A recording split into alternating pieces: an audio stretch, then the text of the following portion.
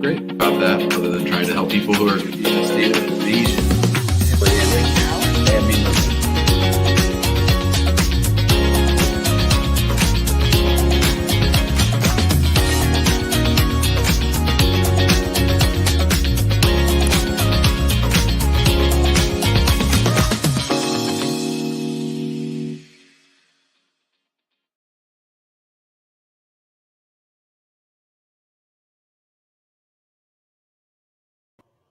Hey everybody, what's going on? I don't think that I'm live. Let me see. Oh, we are live. Okay, great. How's everybody doing? I got a weird message. Can you guys let me know if you can hear or see me? I don't know if we're live in YouTube or Facebook. I got a weird message. Let me go ahead and post the link. Is anybody out there? Can anybody hear me? What's going on? I don't know what's going on. All right, good. Lewis says all is well. All right, all right. So here we are. Today is June 8th, Saturday. I'm glad you guys can all see me. How is everybody doing? What's going on with all of you guys? Rosita's having some mate in her backyard. Very nice. Robert says hello to all the playas. AJ's here. Nurse Laura is here. D Skull. Big ups to you and to all the yardies. What's up? There's no one in the waiting room, so let me go ahead and post that again.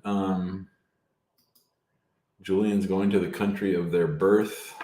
All right, all right. Sun just came out. I'm here for the next hour or so. If you guys have questions, if not, we'll just call it a day early. It's a strange time on a Saturday. What's up? How are y'all doing? Come on into the waiting room if you want to chit chat, if you want to ask me a question. I don't know where Lathrop is, AJ, but I hope that's fun. Julian's coming back to the U.S. Nice. Linda Fisher has a question. Patricia is checking in. What's up, everybody? What should we talk about? One of my old clients has stage 3 cancer, so I'm praying for her. Found out about that on Twitter. Robert's living large, living so large. Nice. Lewis asks, what's the change I'd make to immigration assuming Congress is still useless? I would have family members of green card holders not count against the cap, and derivatives would not count as a visa used, just like we do for H-1Bs. And I would bring a lot more, or open up a lot more green cards that way, so as to help the backlog on the employment side. All right, all right. Daria's here. Let's see what she has to say. Hi, Daria. Hi, Jim. Sorry that I'm not showing my face. I was a baby. My question is about the derivative of the main applicant. Main applicant was approved 6th of June. It's employment-based green card, and the derivative is still not approved. Is it common, and when should we wait for approval of derivative? I would start calling them just to see. I mean, it's just been, you said, when was it, June 6th? Yes, approval of the main applicant was on June 6th. So that's Thursday. So, I mean, that's just electronic alerts. Just wait and see what happens. I would just sit tight. I wouldn't be worried for about a month. How much you know what I'm afraid of? I'm afraid of retrogression, which is coming for visa bulletin of July. Do you think derivative will be approved until then?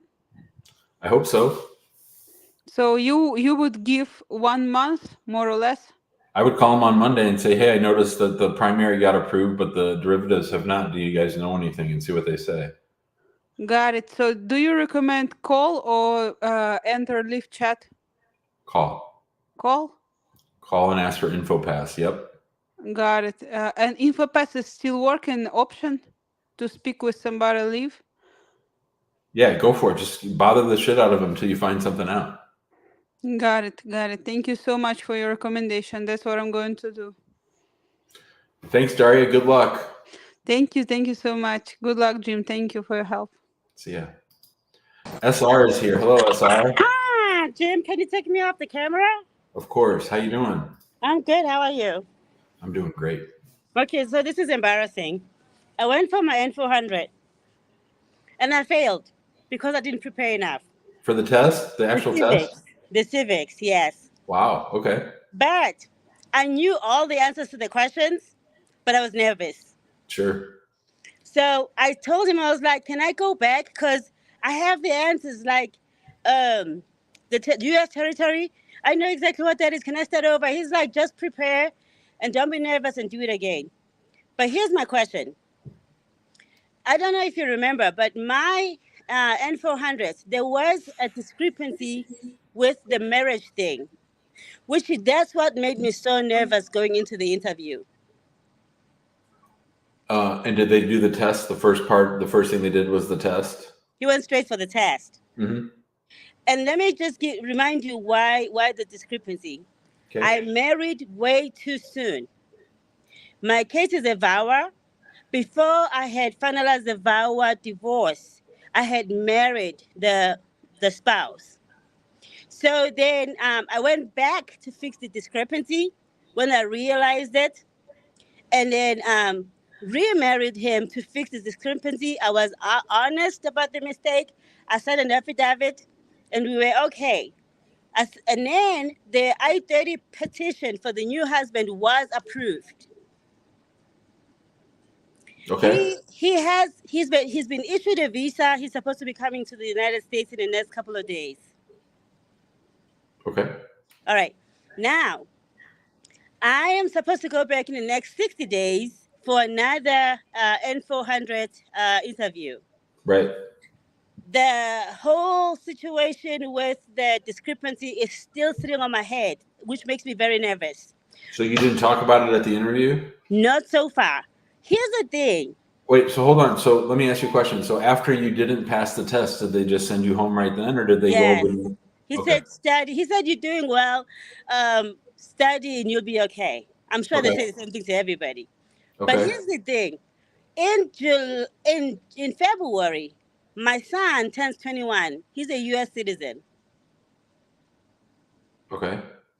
And I'm thinking maybe leave the N400s until I file under my son. But then that's another 6 months of working in the U.S. with an expired green card.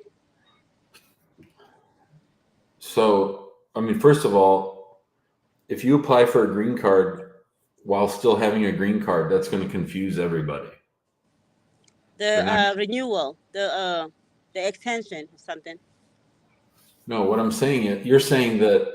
Why? I don't know why you're bringing up your 21-year-old child. That doesn't have anything to do with any of this. Because you You can already have a apply green through card. them, right? For a green card, but you already have one. Oh, I thought you can get the citizenship through them. You are, but first you get the green card. So you already have what that 21-year-old could give you.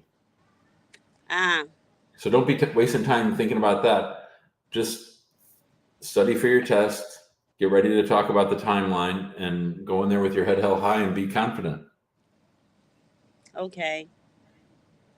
What field office? Denver. Not easy. No, Yes. not nice people there. And he did not seem nice from the get-go. So from the time he got me, I was like, I don't know about this. Yeah, but that could just be you being nervous too. Just Yeah. good luck, SR. Let us know how it goes, okay? Okay. See ya. Thank you. All right. Brandon's here. Hello, Brandon. Hi, Jim. Good day. Good day. How you doing? I'm okay. I'm from Trinidad. I'm interested in getting my US visa, right? Okay. But in 2013, I had an arrest for trafficking cocaine, actually. In 2022, I won my case. I was found not guilty. Case was dismissed, but I'm afraid if I apply, they would see that I was arrested for this in 2013 and turn me down. How did the case take 9 years? Well, basically, for the first 2 years, I was arrested with 3 individuals. I own a music studio. So what happened was, let me see if I could summarize it real quick. I was doing some music for one of the individuals. Police knocked on my door. I welcomed them inside. They searched everybody. I didn't know the circumstances at that time. And they found the drugs on him, right? So they arrested everybody in the place. after two years or a year and a half, one of the individuals pleaded guilty. And they just took me and the other individual for a ride for that whole 9 years. The arresting officer never came to court. And after a while, they just got fed up and dismissed the case. What kind of a visa are you talking about trying to get? A visitor visa. So most visit visas are denied. Most people who want a visit visa to come to the United States don't get it. And I think that with an arrest for cocaine trafficking on your record, the chance is probably pretty low for a visit visa. If it was a spouse case, I would say, yeah, it's probably worth it. I mean, you can try as long as you're honest about having been arrested and then give them the disposition. Yeah. You know, that's all you can do. But I think the chances of you getting it are like 10%. Right. And also I have a fiance and we was about to do it together. So do you think I should just allow her to do it on her own so I wouldn't affect her case? You mean you have a fiance in Trinidad that also wants to get a visit visa? Yeah, we wanted to go and visit her aunt for Thanksgiving. So we was trying to get the visa together. Yeah, I think her chances will go down if she applies with you. Okay, understood. Thanks, Brandon.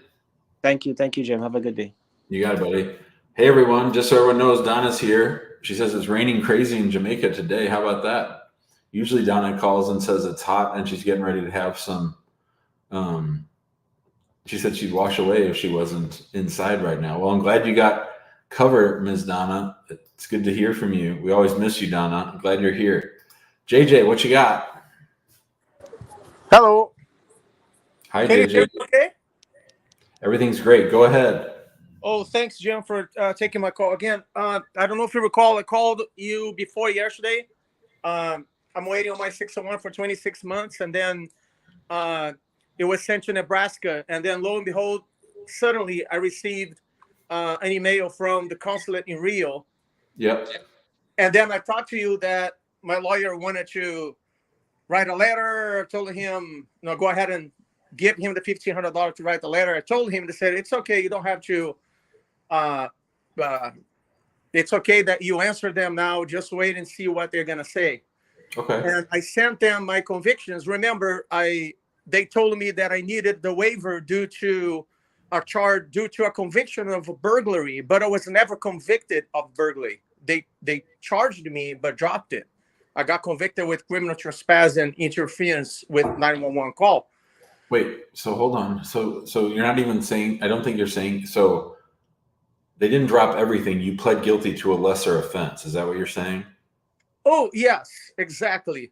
But Okay, they so are saying, that's a big difference than them dropping it. You shouldn't go around telling people they dropped it. They didn't drop it.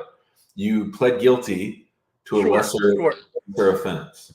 Yeah, I definitely misworded. So yeah, but they said that I was convicted of burglary, right? So then I was convicted of the criminal trespass. They call it criminal trespass. And I was picking up my children. So she claimed that I wanted to talk to her without her permission. But anyhow, and interference with 911 call in state of Washington. But then, okay, I've been waiting on the I-601 for 26 months. And then after sending them my convictions, which they've had all of that from my application here and also from the I-601, but I sent them again. And then they sent me an email. Okay, we're looking over your stuff. It's just going to take some time. Sorry about the delay. We're trying our best, blah, blah, blah. So it's in administrative processing. Okay, so what's the question? So this administrative processing, should I ask how my case is going like in the next couple of weeks or so, maybe 2 weeks or a month? Because I've been waiting on my I-601 for 26 months already. I know, but you just got movement in the last 2 days. I would just sit tight and let things play out. Okay, would you think that they're trying to look at some other way to maybe say that the reason I need a conviction wasn't because of the charge of burglary, but because I pled guilty to? Can they change that? If that's an offense that makes you inadmissible, they can try. Okay, but my waiver would work for that too, right? In theory, yeah, I think so. I see. Okay, any ballpark that I should wait like a month more, 2 months? I'd wait at least 90 days from the last contact. At least 90 days. I see. Thanks, Okay. JJ. See you, buddy. Thank you. Okay, bye. Mustafa's here. Hello, Mustafa. You're on mute, buddy. Oh, yes. Hello, sir. How are you today? I'm great. How are you doing? Fine, thank you. Mine is a quick question. So I have a I-485 that was denied on 3 different occasions. On 3 Due what? to 3 different occasions. You've applied for a green card 3 times and been denied 3 different times? Yes.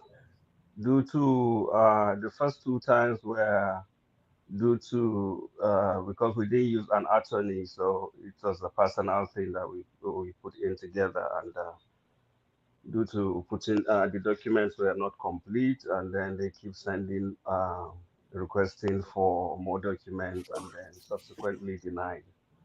Okay. So this last one, and we had some discrepancies from the previous divorce decree from my country, Which is? Nigeria. Okay, let's back up, Mustafa, okay? Sorry? Let's back up a little bit, okay? Let's do the whole story. When did you come to the United States? 2015. And what kind of a visa did you have when you came in 2015? It was B1, B2. When you went to get your visit visa, were you married or were you single? Married. And when you landed in the United States, were you married or single? Single. So between the time that you got your visa and the time you came to the United States, you got divorced Yes. by a Nigerian court. Yes. Were you present in the courtroom when the judge issued the final divorce decree? No, it was not in the court. It was a local, like an Islamic thing. It was customary. So we Okay. didn't go through the court, yeah. Okay. So then you came to the United States, you were single, you came on a visit visa. Did you get married within the first 6 months after arriving? Yes. Okay. Did you know that person that you married before you came to the United States? No. Okay. And did that person filed an I-130 petition for you? Yes. Has that I-130 petition been approved? No. So the I-130 and the 45, neither of them have been approved. Yes. And you've applied 3 different times? Yes. The first time we had problem with sponsorship. Okay, so did the first one ever have an interview? No. No interview. Okay. And when you say you had problems with sponsorship, what does that mean? You send it in without a co-sponsor, they sent you a request for evidence and you couldn't find one? Yes. No, the document we put, they said it's not it wasn't sufficient. I got 2 sponsors, and then they said the income of the sponsor were not sufficient to be able to sponsor me. So they denied case number 1. Then you refiled Yes. with the same spouse. Yes. So And then what happened to that case? when we filed, they found something wrong with the divorce decree. Okay, so now the divorce decree from back in Nigeria becomes an issue. Yes. So then did that case get denied? Did you withdraw it? Did they send you a request for evidence? What happened to the second case? Yeah. The second case, we got a document back from 3 different sources, from my brother, from the imam, the head of the masjid where the wedding was dissolved, and all that, and sent to them, and they denied it as well. So then did you get divorced again from the wife in Nigeria? No, it Why? was just after the earlier divorce, they sent a document to say that they are aware, and then it was notarized. So some kind of supporting documents Who sent that? from the chief imam back there at home. So you're sort of stubborn. You just keep fighting that this divorce was valid instead of so this Okay, keep going, Mustafa. So what's this? And then the third case got denied again because of the divorce. Yes. And then, do you have anything on file right now? No, What state do you live in? in Minnesota. You need to file for divorce from your Nigerian spouse today or Monday in Minnesota from an American court. Get divorced, then you have to remarry your spouse and start over. That's what needs to happen. Okay, thank you. Yeah, I would say now that you're on application number 4, you probably need our help or someone else's help. I don't know that you're going to pull it off because they're going to look at this and they say, we've denied this thing 3 times. Why shouldn't we deny it now? Okay. Okay. Okay. I'll put our contact information on the bottom. We'd be happy to try to help you. If you want to get a hold of us, just send us an email and we'll go from there. Okay. All right. Thank you. Thanks, Mustafa. See you, buddy. All right. All right. Jason Mabry's here. Hello, Jason. Hello, Jim. How are you? Great, buddy. I'm calling in.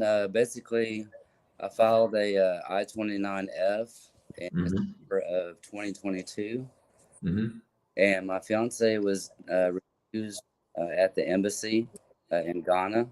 Why? Based off of a photo of our engagement rings, she felt that we were married already. That old trick. That is an old trick they do. Yeah, I've heard that before. And since then, I have sent in certified letters from her jeweler that we got her ring from, stating that it was engagement ring only. Letters from her pastor and family stating that we are engaged only. Currently, our packet is back at USCIS. For possible revocation? I hope so. I just didn't know what our chances were. Jason, if I were you, I'd fly on over to Ghana and get married and then file an I-130. I don't like fiance cases anyway, but you're not going to win that battle with them. They have the keys to the kingdom. You're not going to convince them. So I would just say, okay, we weren't married then, but we're definitely married now. Here's our I-130 and start over. Okay, so very little hope in the fiance visa. Yeah. Okay. All right. Well, I appreciate your help. And thanks, buddy. Thank you. Let me know if you need any help. We've had probably 5 or 6. You aren't engaged, you're married cases. Otherwise, have a great day. Okay. All right. Thank you. See you, buddy. We got an N400 interview scheduled over here. What in the world? How's that going? Good. So last week it was a surprise. I applied on March 7th, and the interview got scheduled. I have a 751 pending. Yeah, sure. That's been pending 15 months now. So my question is, in the interview letter that I got, they mentioned that I should. It only mentions N400, nothing about a combo interview. So should I call them and ask them to transfer the case, or do I just show up with my spouse to the interview? What's the best way to deal with that? So here's what I tell everybody. In the old days, 751s took 4 or 5 months. Right. So USCIS's systems aren't caught up to the fact that 751s are taking over 2 years. Mm-hmm. So people's N400s are getting scheduled faster than their 751s.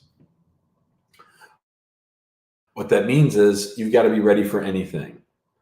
Okay. So I would bring updated marital evidence. I would bring my spouse. I'd be fully prepared to argue my 751, to present my 751. And then I would transition right to my naturalization. So it depends on how experienced the officers are and how nice they are. They might say, oh, I can't do anything until I get your 751 file. But usually they'll go, I don't understand this. They'll go ahead and do your N400.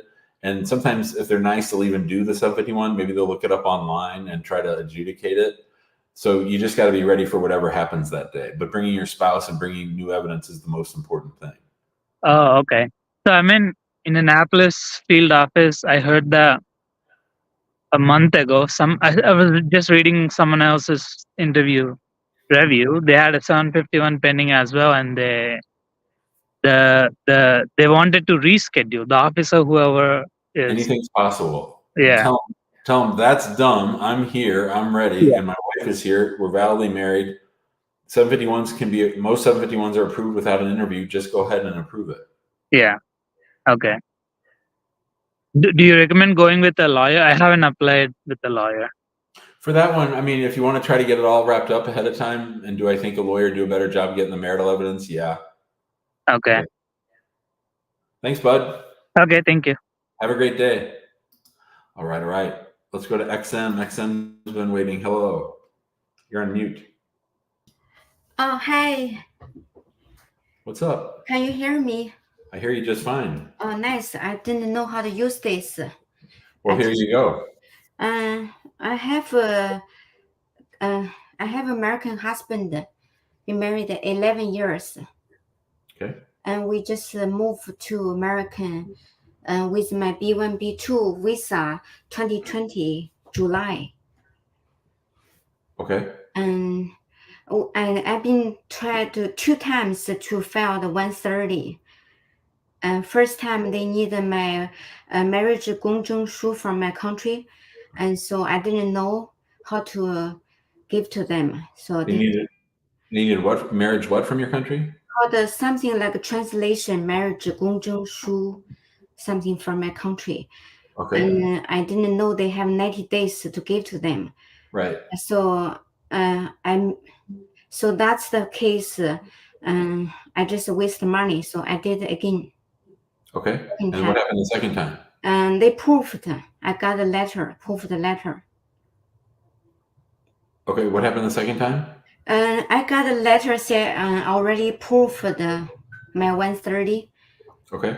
But I filed the 1485 2-3 months ago, and something wrong with my, the fee. They change new fee.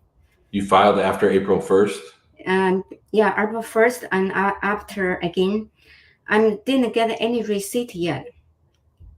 How much did you send them after April 1st? I didn't send the money order. I sent the paper called the credit card permission. Yeah, a lot of people have had problems with that. Okay. So that's been 2 months, right? Yeah, it's like second time I waited like more than 30 days. Do you have proof? How did you send it? In the mail, by Federal Express, UPS? How did you send it? FedEx. Do you Yes. proof it was delivered? I don't know. I called them. They said they didn't have anything in the computer yet. So I don't know what happened. I don't have any receipt. And I sent it to them the same address called the Chicago mailbox. Yeah. Yeah. Did you use the old forms or the new forms? I use a new form. I filled everything new. So it's been 2 months since they received it after April 1st, right? And the second time I sent it to them is on April. Yeah, on April, like maybe 15. When you look on FedEx, is there proof of delivery? Like, can you see who signed for it or whatever? I'm sure they received my letter. I'm sure because the second time I sent it to the same address. Can you send me the proof of delivery from FedEx and the cover letter so I can check the right address where you sent it? I have the same address sent it to them first time and second time. I know, but I want to see it. Okay, I will try to send it to you. Okay, thanks, XM. Okay, thank you. See ya. All right. This is the Immigration Answers Show. What's everybody going to do this weekend? We got another half hour for the show. I got 2 people in the waiting room. So this is a great time to ask me a question. We can't all be under the umbrella in the sun like old Rich, living it up like all the yardies. I'll be here for the next half hour if you guys have questions. Otherwise, I'll set you all free for the weekend. 3 o'clock, sort of a late time on a Saturday. People start doing stuff. What are we going to do? No softball this weekend. And then Should be an interesting week. We got softball this week. Oh, Marla's sick. Sorry, Marla. We've got softball this weekend in Kansas City next weekend. So it'll be a long weekend. Nurse Laura is going to see her parents, and they're going to the museum in Seattle tomorrow. That's nice. It's happy birthday to your husband, Laura. Philip says, my case got sent to the LA County field office, but my local field office is Miami. I suppose because they think things are going faster. So go ahead, guys. I'll put the link in the comments if you want to come in and ask me a question. And we'll go to Adel. Hi, Adel. Hi, Jim. Thank you for taking me. Sure, buddy. Right. So I spoke to you a couple of months ago with regards to my employer here in the United States willing to sponsor my employment-based permanent residency. Now, at that time, you did advise me to be concerned with regards to the adjustment of status because my current status is pending asylum, and that might not be considered as the ground for an adjustment of status. And the law firm that my company hired had assessed my status also, and they echoed the same thing that you told me. Now, they did say that there is a possibility, but I might need to leave the country to process the visa, basically. Yeah. Why? Because they said the pending asylum might not be ground for the adjustment of status here in the United States. Yeah. Now, so I have to, yeah. When did you arrive in the United States? What kind of visa did you have when you arrived? And when did you apply for asylum? So my wife and I, we arrived in September of 2014. We applied for asylum. So my wife is the principal applicant. We applied in January of 2015. So we were in status when we applied. And I'm a derivative on her application.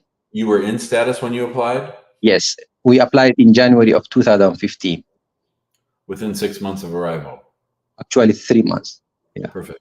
So I think I wouldn't leave the United States. I would have that fight. There's a fight to be had. They're wrong if they say they can't adjust you. There's case law that says that if you timely filed for asylum while you were in status and that the case has been delayed for 9 years through no fault of your own, then you're eligible to adjust in an employment-based context that you remained eligible to adjust. And we've had cases that we've sued on and gotten that approved. Got it.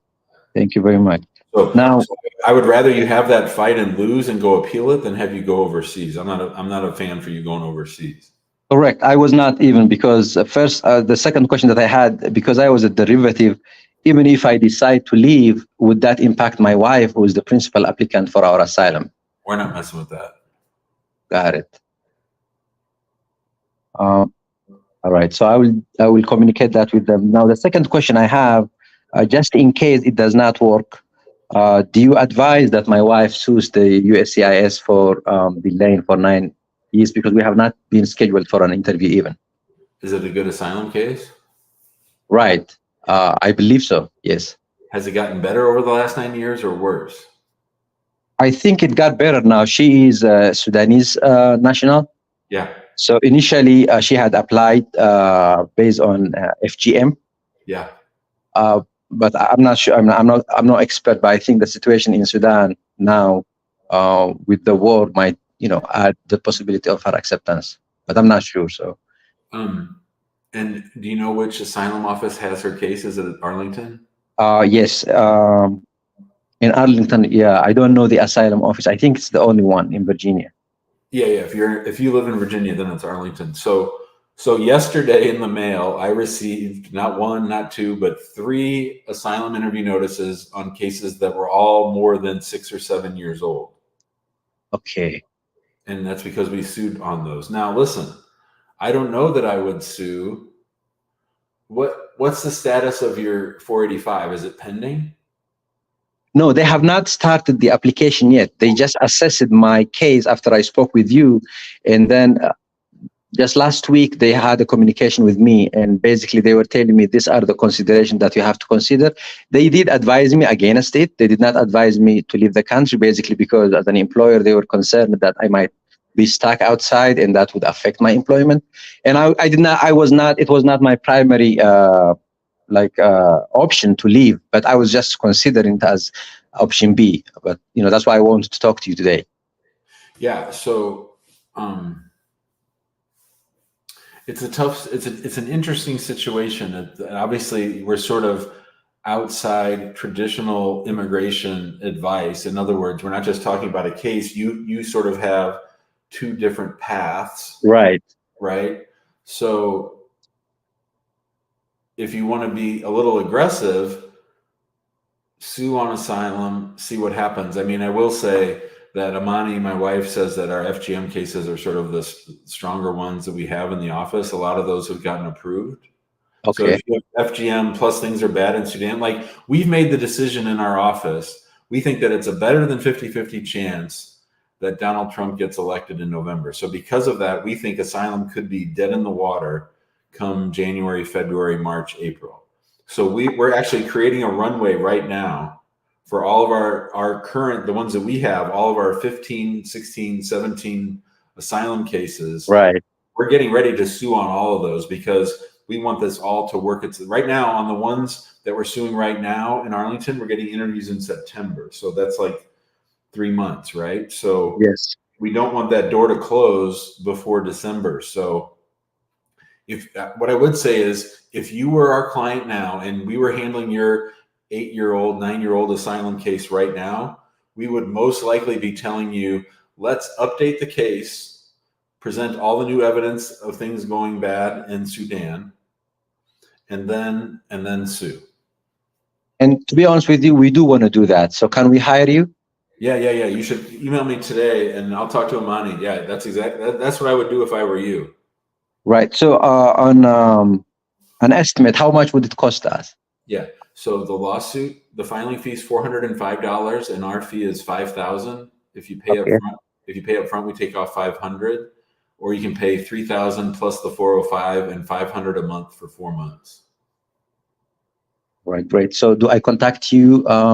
Yeah, just send that info at hackingimmigrationlaw.com and me or someone else will get a hold of you by Monday. All right. Thank you, Jim. I appreciate it. All right, buddy. Thanks, Adel. Thank you. All right. Yeah. Robert says, is Sudan much better than 10 years ago? And Danny says, I'd say Sudan isn't better, but what do I know? And that's the thing. When things are bad in the country, then the asylum case is better. You always feel bad as an attorney. You're like, oh boy, we're going to have to show hardship. Tell me about your wife. Oh man, she's got cancer. And you're like, man, that's sad. She's got cancer. And you are sad that she's got cancer, but it also makes for a great waiver case. So sometimes lawyers talk backwards. Oh, that's great that things are shitty in Sudan. That means our asylum case is going to be better, if that makes sense. So lawyers get talking strangely sometimes. All right. Now, Old Creaky Bone says Donald Trump is not going to get elected. I hope that's right. I didn't say Donald Trump's going to get elected. I said that I think it's a 50-50 chance. I also think and I should say there's another reason why we're going ahead and suing in Arlington. We have sued on a couple in Arlington. And I would say, in all honesty, when the attorneys were getting ready to go to the interview, we all kicked it around in the firm and we thought, these are tough cases. Hopefully they'll get approved. And both got approved in Arlington. So we're feeling pretty good about suing in Arlington right now. And where we really have our backlog personally in the office is Chicago, because we're in St. Louis. We don't have an asylum office in St. Louis. Our asylum office is in Chicago. So we're building that runway for Chicago next. So I got one ready to go. And we got more in the pipeline. So again, trying to beat that deadline. Hopefully Creaky Bones is right and I'm wrong. But yeah, AJ says women will take care of Trump. I sure hope that's true. I mean, yeah, I hope that's true. All right, D's in the house. What up, D? Hey, James, how's it going? Great, how you doing? Pretty good, thanks for asking. I got a weird question. It's a little bit technical, but I think it will help a lot of people. So let's say someone entered the U.S. back in 2 years ago on the visa waiver program. circumstances change where they were visiting their fiance and then they get married, right? And then because of COVID, they couldn't go back, so they adjust status, they get the green card, and now they're thinking about applying for citizenship. Great. But here's the question: if this person doesn't get citizenship, right, because he doesn't want to get it, and then keeps the green card, but then after so many years goes back to the home country, but the spouse goes to the home country as well, and they want to still be able to go back to the U.S. as a visitor, is this person still eligible for the visa waiver program? Most likely not. Most likely not. Wait, but why are we messing with all this stuff? If the person has a green card in hand, why are we going to do anything to put their green card at risk? No, it's just assuming that, after so many years, they want to go back to, the foreign national home country. And then, of course, at that point, that person has to surrender the green card. Well, that's the point. That's what I'm trying to say. That would be dumb to surrender it. What would be better would be to either get a reentry permit where they can be gone for a full 2 years, or to just come back every 5.5 months, come back for a week to keep that green card in place. Okay. Yeah. It's hard to tell. Sounds like somebody's being stubborn. Right. Somebody's trying to convince old D that it's okay for them to go back and give up their damn green card, and they'll get visa waiver program next time. That they won't. They might get their visit visa, but they're not going to get ESTA. No, they probably won't get a visit visa because they've demonstrated immigrant intent by filing for the green card. So it's basically set out to apply for citizenship. It's basically that's easy. I mean, to me, so whenever I have someone who's so close to getting their citizenship, I mean, if they have their green card and they got it 2 years ago, that means they're about a year. If they're still married to the citizen, they're about a year from citizenship. Get the citizenship and then go live in Greece or Russia or Australia forever, and then come back whenever you feel like it. So the bottom line is that when you adjust status from anything but a K-1 visa, they don't really forgive it. It's okay that you will get the green card, but CBP won't forget. They won't. I don't think it's so much a CBP for having adjusted under ESTA. I think it's the fact that you applied and had a green card and then sort of threw it in the trash that makes it unlikely you're going to get another non-immigrant visa. They don't like it. Mm-mm. So just keep moving forward. If I was at work and I had my bell, I'd ring the bell. I'd say, once you ring the bell saying you want that to live in the United States, that's the end of it. That's the end of it. That's the end of the non-immigrant. Thanks, Steve. All right. Thank you. Take care. Hey, buddy. Yep. All right. Dammy says, my father is one of these stubborn LPRs that don't want to apply for citizenship. Yeah. I wish everybody would apply for citizenship. We need everybody, including Dammy's father, so that you can vote in November. Oh, in the house. What you got? Hey, Jim, can you take me off camera? Yeah. Are you at Costco? No, I'm at work. How you doing? Yeah. How you doing? Yeah, I'm good. So I have a hypothetical question. My favorite kind. So let's say Jim is a U.S. citizen, mm-hmm. and Amani is from Canada. Or Egypt, yeah, okay. Or Egyptian, okay. Yeah. Canada, let's use Canada because it's close by. Amani's from Canada. Okay. Amani is from Canada.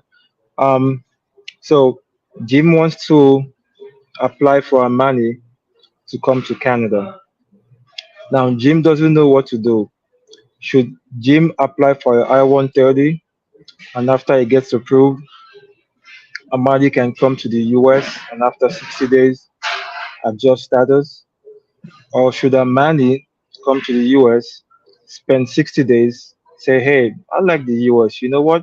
I should stay here and adjust status. What would you advise Amani to do? You already know, because you use my own phrases against me. I would do the last one, the one you just said. But which is faster? Which is faster? So the second plan is faster. And it also is less time apart. Yes. So how long does it take if Jim and Amani decides to take the second option? start to finish. I-130, I-145. Green cards are going pretty fast, but I always tell people, that Amani's on the shelf for 6 months because Amani's got to wait. I mean, Amani can't have the intent. I can have the intent because I'm Jim, the U.S. citizen, but Amani can't have the intent. But if Amani comes, wait 60 days, we get married, and then we apply. That's going to take us a month to get it on file. So now you're at 3 months, and then you're thinking probably 3 to 6 months till you get the work and travel card, if you get that at all, but probably 7 months for the green card. So probably about a year. A year to do everything in the United States? Mm-hmm. Oh wow. A year or less. I was thinking like 2 years or 2.5 years or so. No. I mean, it depends where Jim lives. If Jim lives in a small town like St. Louis or Tallahassee, Florida, or Salt Lake City, it's going to go 4 or 5 months. If it's someplace like New York or Seattle, probably closer to a year after you file, which is 15, 16 months, something like that. Jim lives in a city with a population of about 500,000. Yeah, so fast. Okay. I'm gonna send this video to Aman. She'll be happy. Yeah, perfect. Tell Amani I said hi. All right, thank you, Jim. That was great. What a great call. Marla says, "Oh crap, we didn't wait 60 days. We just eloped." Yeah, that can be a problem. If you get married within 60 days of arrival, then you've got to prove a little higher burden that you didn't have immigrant intent. That can be problematic. They can leave you to having to get they can lead to a finding of misrepresentation or immigrant intent, and then you have to get a waiver, which is a big pain in the butt. Donna knows what's what. Yes, girl, the powerful world is love. Big up. The powerful world is love. Can't we all just love each other a little bit more? How about that? Donna knows what's what. Al in the house. How you doing? Hi, Jim. Thank you for the show. Of course. Yeah, I have a question. So I have an asylum approval, and I never adjusted my status from 2016. And this year, in February, I officially married a U.S. citizen.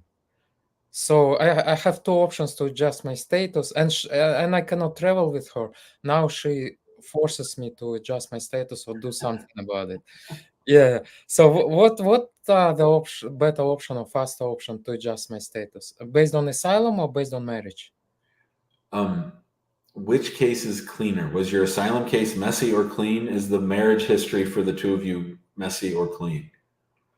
I would say probably asylum is cleaner because no questions. I think I just need to adjust. Oh, the only thing is that I had misdemeanor offense for reckless driving in San Francisco back in 2017. Nobody was harmed, and yeah. This is a great question. I mean, you know what you could do? You could do both, because the asylum green card's free. Well, it was. I don't know if it still is free. But I'm not saying do this. This would confuse them. But path to citizenship is faster with my spouse, right? No, that won't matter. If you get your green card from asylum, then as long as you are a lawful permanent, actually that'll be, as long as you're a lawful permanent resident for 3 years and have your green card and are married to your spouse for 3 years, then you can apply that. You can take advantage of the 3-year rule even if you get your green card through asylum, not through your spouse. Does that make sense? Yeah. I don't know. If you got a clean asylum case and a clean history, I think there's an argument to be made. Plus, they backdate the asylum case a year, so you're a lawful permanent resident a year later. Are you already married? Yeah. From how long have you been married? From February. Yeah, February officially with the state. So I think you can become a citizen faster and do all, as long as the asylum case isn't messy. And when I say messy, what I think is important, the one thing I always want people to think about when they're applying for a green card based on asylum is, when you filed for asylum, did you list memberships in any groups? Because sometimes the groups will come back to bite you when you apply for the green card. Yeah, I was a member of meditation teachers. There are enlightened masters in India, so I was member. That's great. No, that's fine. Yeah, I think I would go the asylum route. I think that it's a great question that someone has never asked me before, but I think I would go the asylum route. Although the thing is, the one thing I will say is the plus is you get your green card. It starts back 1 year. So if they give you your green card on December 15th, 2024, it'll actually say lawful permanent resident since December 15th, 2023, which is nice. Oh, okay. Because then you can use all this time you've been married. So once you've been married 3 years to your spouse, you can apply. So that part I like. But I will say that generally, green cards based on asylum take longer than green cards based on marriage. Okay. Okay. So it's a trade-off. What field office would have your interview if you have one? Right now I live in Florida, but the asylum office which granted me approval in 2016 was San Francisco. Yeah, but you live in Florida now, so Florida's busy as heck. So, yeah. But I'm moving soon to Colorado because of my job. Okay. Boulder, Colorado. Boulder's nice. I love Boulder. I love Boulder. Can't beat Boulder. I'm going to be in Denver. I'm going to be in Colorado. Actually, we're going to be in Fort Collins, just past Boulder, for a week in July. So, yeah, I think I would. I mean, when are you going to move? Do you know? Beginning of July, mid-July, beginning of July, perhaps. So I'd probably wait till you move and then apply based on asylum. Okay. All right. And there is a meditation retreat in July, so if you want to join. Oh, that's great. Well, listen. Since I have you here, and I love meditation, I try to meditate every day. And I've been to a retreat center there's a Buddhist stupa outside Greeley, Colorado that I've been to. It's beautiful. Have you ever been there? No. Yeah. You'll have to go. It's great. Okay, I will. But, can you give everybody a little advice about meditation while I have you? Is that okay? Yeah. So first, find an enlightened master, because enlightened masters really know what they're talking about because they did all the work. And there is one enlightened master in Colorado, which we found. Her name is Sharon Landgrit or something. And I want to participate in that meditation retreat with her. Hopefully, there are other enlightened masters which I met 3 weeks ago in New York. He's from Los Angeles area. His name is Wayne Lickerman. And so it's better to meet the real Buddha. The real Buddha means enlightened. And then in the energy field, the meditation just happens without effort if you open. But how about for people who have never meditated? Like, what? I know that it's good to get an instructor, but like, any tips or anything that people can do to sort of ease their stress levels? Yes. There are Sahaja Yoga centers all over the United States. Sahaja Yoga. They teach basic chakras and stuff and how to work on them, clearing methodologies. Also, there is also donation-based. It's called Dhamma.org, where you can actually book a retreat for free for 1 week in the mountains or in the meditation retreat for free. And it's based on former students who donate money. I'm a former student. I used to donate money to them. And I participated in that meditation retreat in Northern California in 2016, I think. And it was very helpful. They That's also great. teach. Keep coming back and keep me posted on your progress, okay? Sure. Thanks. Can I ask one more question? Sure. Yeah. Also, I have a daughter from prior marriage, and I was divorced 2011, I think. And the daughter. So how I can apply for her? Can my wife apply for her green card before I adjust my status? Because I saw your YouTube video on that. Yes, she can. Oh, okay. Awesome. Yeah, that's great. Where is that child right now? She's in Almaty, Kazakhstan. Okay, great. Yeah. Thanks, Al. Yeah, thank you. Really appreciate it. Send me an email so we can stay in touch, okay? Sure. Yeah, and when you be in Colorado area, maybe. Yeah, thanks, Al. Yeah, welcome. Thanks. See you, buddy. All right. That was great. Yeah, I'm going to show you guys a picture of the stupa that I visited in Colorado. Let's see here. I went with my buddy Brent when we were up there burying his brother in Greeley. Let me show you that real quick.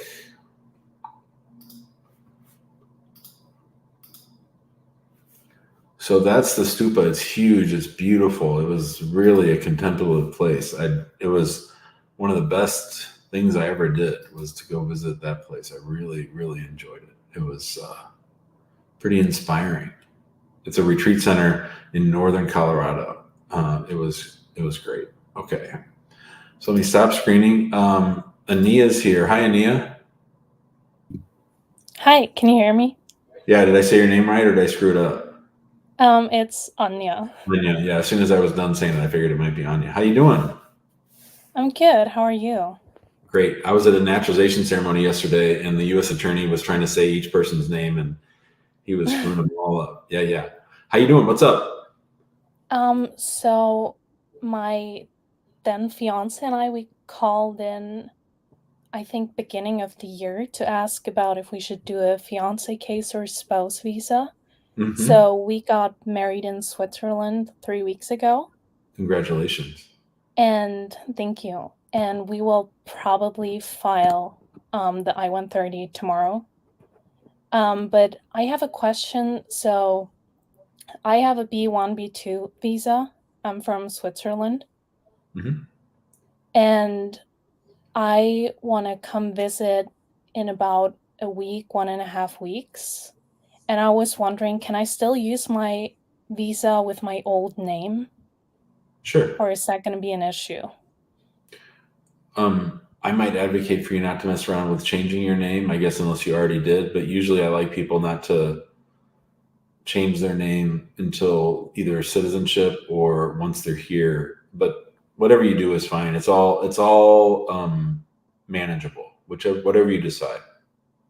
I mean, I think I could still probably get an ESTA, maybe. I don't know. Well, once you marry a U.S. citizen, that makes it harder to get non-immigrant things like ESTA or a visa. I would just sort of focus on using what you already have and make sure that if anyone asks you that you mention that you're married, that might make it less likely they let you in, but it's better than them saying you misrepresented yourself to get into the United States. Yeah, should I just bring my old passport too? I mean, so I have an old passport with the visa, then I have a passport before marriage and now one after marriage. Should I just bring all of these passports? Yeah. Okay. When are you coming? Probably in 1.5 weeks. You said you were going to file the I-130 tomorrow. I might wait till after you're here. Okay. Yeah, because that marrying a U.S. citizen is inching towards immigrant intent. Filing an I-130 is demonstrating immigrant intent. So I think you'd be better off after you get here. Okay, sure. Yeah, we can do that. And also, what kind of documents should I bring with me to show that I will leave? Well, the what United documents? States? What documents might you have? I mean, I can ask for something from my employer. I have a long vacation because we accumulate a lot of overtime. So I can ask for a document that says I will be back at work and the date. Yep. Or And something from where I it's a- live or something like that. Yep. I mean, you already have the visa, so CBP is probably just going to wave you right through. But yeah, anything you can prove tying you to where you live. Do you live at home or do you have an apartment or what do you have? I live with my family. Yeah. So that work letter is probably going to be all that you can get. If you can demonstrate how long you've had the job, that's all good too. Okay. Yeah, that's been like 4 years, so. Thanks, Anya. Good luck. Thank you. See ya. Thank you. Bye. All right. Yep. Jose's been waiting for, I think, a while. Hi, Jose. Hey, Jim. How are you? Thank you for having me. Sure, buddy. Just a quick question. I'm about to submit my adjustment of status. I just married my wife a couple months ago. Congratulations. Thank you. a couple questions about like evidence. We're like trying to get as much as possible. Wait, can we back up a little bit? Can we back up? What was your status at the time you got married? Were you in status? Were you out of status? Out of status. And how long have you been out of status? 7 years. Okay, so you entered on a visit visa, student visa, or what? Tourist visa. Yeah. Okay, so okay, and you just been hanging out. Yeah. Basically. No false claims to U.S. citizenship, right? No, nothing. Good. No, nothing. No problems with law enforcement. Never. Have either of you been married before? No. I have a kid, but I was not married.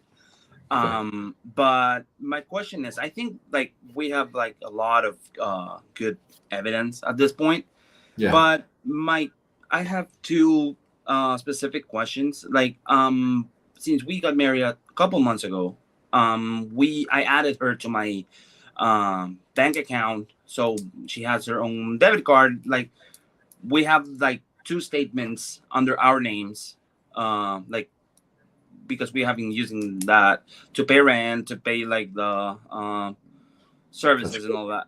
That's great. Is it okay if we submit 2 months, the months where we have our names on the statements, plus 1 with only my name on it? Sure. That will be enough? Sure. It's the same account, right? Yeah, it's the same account. Yeah, that sounds great. Oh, okay. And how important is to send like bills, electric bills, water bills, things like that under our names? Because at right now, we don't have that yet. Do you have some in your name, some in her name, all in your name? What's all on her name? And what's the you're living together? Yeah, we have a lease already. Like we have the lease under both of our names. So you have a lease for XYZ address, and all the electric bills and phone bills come to XYZ address. Yeah, correct. Yeah, send them all. Even though they're only in her name, it shows that she lives there. Also try to find some mail that shows that you live there. That plus the lease is all really good evidence. Okay. We also have like insurance and like her pension. I'm adding me as a beneficiary and all that stuff. Sounds like you're in good shape. Okay. And just one more thing. I saw your videos about this, but just wanted to be sure. Is it necessary to apply for advanced parole? Only if you think you're going to leave. But between you and me, brother, if you've been here for 7 years out of status, I vote no on you leaving the United States until you get your green card. I have my mom with some medical issues back in my country. Then I would apply for advanced parole, but I still would do everything I can not to leave. You might get your green card pretty quickly. Okay. How long is it taking right now? I live in New York, Brooklyn. Nobody knows because historically they've been taking 9 or 10 months. They jacked up the fees April 1st. I haven't heard any stories about people getting advanced parole any faster than it used to be. So all I can tell you is what I know from before times, which is 7-8 months. To get the card or the parole? The parole. Oh, the parole. Yeah. And that changes depending on the city where I live? Advanced parole shouldn't, but it's just slow. Advanced parole is slow as shit. Most people I know in the last 3 years who've applied for advanced parole get their green card without ever getting advanced parole. Oh, wow. And is it like New York office like very busy at the moment from what you know? Yeah, probably about a year for the green card. Okay. Thanks, buddy. Thank you so much, man. Bye, Jose. See you, man. Good luck, man. Yeah, for sure. Linda's been waiting. Hi, Linda.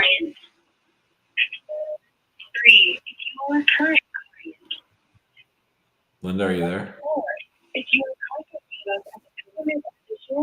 Okay, all right. Marla, hello. Hi. Now I feel like I messed everything up, Jim. My husband and my husband's from England, and I'm the U.S. citizen. And originally we were thinking it would be cool if we decided to just go in and get a annulment. I mean, not annulment, excuse me. Pardon me. And now I'm thinking that's probably what I'm going to have to do. It sucks. I don't want to do that, but sorry. We got married Yeah, we got married. We eloped, and we visited each other. We've go back and forth, and we've been together for a year. And after a year of being married and visiting each other, we decided to get married, and we eloped. We didn't tell anybody we were doing it. We just went into the courthouse and eloped. What was this waiver that you were talking about? We have like lots of pictures with friends and families, and we have a letter from my daughter, and we're going to get our friends to write us letters. What is this waiver that you're talking about? Since we didn't wait 60 days, he entered the U.S. And 2 days later we just eloped. But What is the he complication went with this? back, right? He went back? Pardon me? He went back? Yes, he went back, and I went over there for our honeymoon. I went over there and ended up in the hospital with a pulmonary embolism from the flight, but Right. and then announced that we were married when I was in the hospital. But So, originally I was going to go move over there, but immigration laws changed so bad over there that there's no okay. way he would All right. qualify Hold as a on. sponsor. Hold on. We're over time, so I'm just going to answer your question, okay? Okay, what's the waiver? You probably don't need it. Oh. So when you get in trouble is when you come to the United States, get married within 60 days, and apply for adjustment of status inside the United States. They're still going to give him trouble about coming to the United States and getting married 2 days later, but most likely he won't need a waiver. It should be okay. So the problem is when you come and try to adjust your status, because what they say is you came on a non-immigrant visa, but your intent was to get an immigrant visa on that trip, and that's a no-no. But that's not what he did. By leaving and going back to England, it probably clears up the issue that he got married too quickly. And Okay. I would say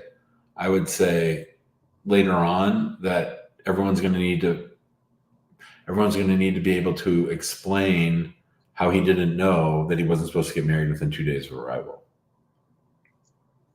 Okay. Okay. Thanks, Marla. I hope you feel better. Thank you. See ya. Okay, bye. Thank you. Bye-bye. All right, everybody. That'll do it. We did go over today. Always happy to go over a little bit. Everybody, I hope you all have a great rest of your weekend. I could do a show tomorrow, but most likely not. Tomorrow's show or next show will be Monday at noon Central on Monday. And then on Tuesday, we will have our TikTok show. Wednesday, I'm traveling, so probably won't do a show on Wednesday. And then Thursday, Friday is going to be up in the air just because of softball. Hope you all have a great rest of your weekend, restful and contemplative, and that you come back ready to roll on Monday. Thanks so much for being here with me. I enjoyed my time with all my friends. Good to see you all. And in answer to Donna's question, we will do a show one day from Jamaica. I'm great about that, other than trying to help people who are in a state of